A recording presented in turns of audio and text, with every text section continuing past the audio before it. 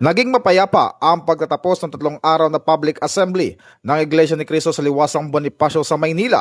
Ayon sa Philippine National Police, naganap ang pagtitipon mula Hunyo 30 hanggang Hulyo 2 at formal na nagtapos bandang alas 7 ng gabi nitong Hulyo 2. Ayon sa PNP, nanatiling prioridad ng kapulisan ang pagpapanatili ng kaayusan at kaligtasan ng publiko habang iginagalang ang karapatan ng bawat Pilipino na mapayapang magtipon alinsunod sa konstitusyon.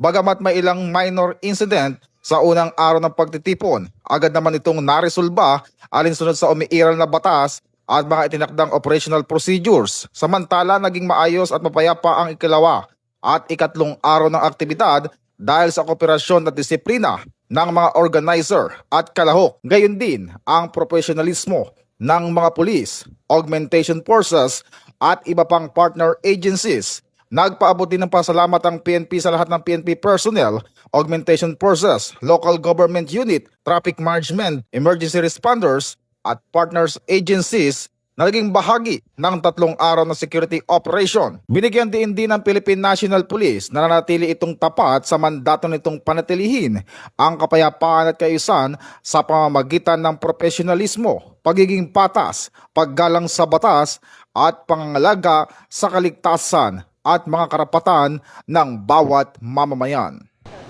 Mula po dito sa himpilan ng Pambansang Pulisya ng Pilipinas, ako po si Patrolman Adrian Dayaw, nagbabalita para sa Police News Express.